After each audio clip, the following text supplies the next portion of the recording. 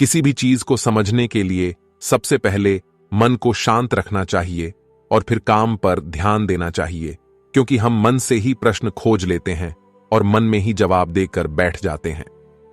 भगवान कृष्ण ने मन को शांत रखने के लिए दो चीजें बताई हैं। भगवत गीता में भगवान श्री कृष्ण कहते हैं, मन का बेचैन होना उसका स्वभाव है।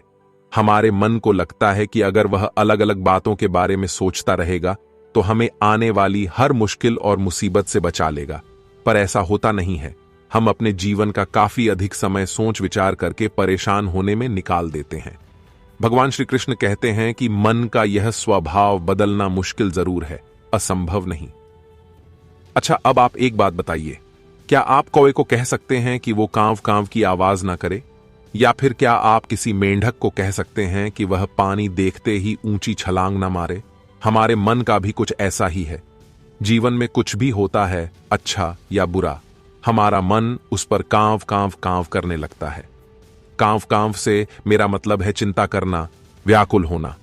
कोई बुरी बात होती भी नहीं है और मन परेशानी की ऊंची ऊंची लपटें लेने लगता है। कभी कभी तो मुझे ऐसा लगता है कि हम में से कई लोग सिर्फ परेशान होने के लिए जीते हैं। सारी परेशानी, पीड़ा, दुविधा अक्सर हमारी मन की बनाई हुई कहानियां होती हैं। भगवान श्री कृष्ण हमें हमारे मन को शांत और स्थिर करने के लिए दो उपाय देते हैं। पहला, ध्यान लगाना या मेडिटेट करना। दूसरा, वैराग्य भाव सीखना।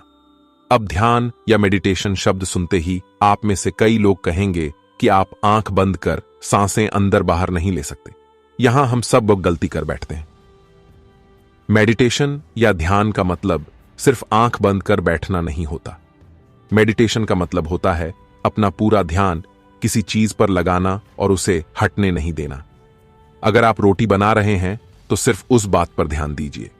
अगर आप पिक्चर देख रहे हैं तो अपना पूरा ध्यान पिक्चर पर लगाएं।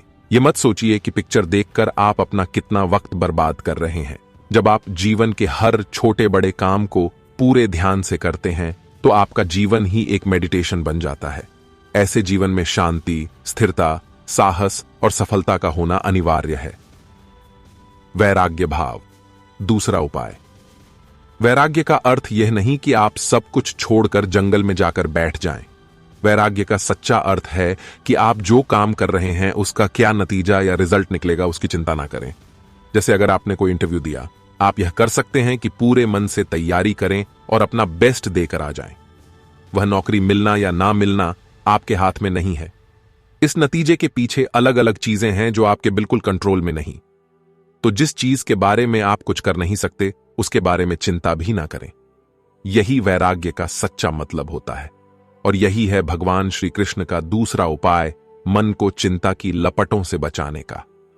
याद रखिए, आप पूरे के पूरे इंसान हैं, समझदारी, संयम और कुशलता से भरे इंसान। आपका मन जब भी कौए की तरह अलग अलग बातों पर आपको परेशान करने लगे, तब अपने मन को भी प्यार से समझाइए और शांत कर लीजिए। बस अपने ऊपर विश्वास रखिए कि आप कभी अपना बुरा नहीं होने देंगे।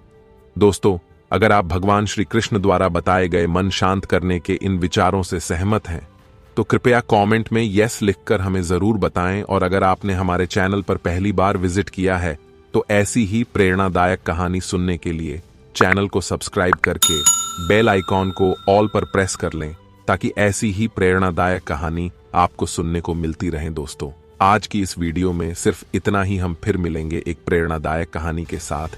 तब जहां भी रहें, खुश रहें और खुशियां बांटते रहें।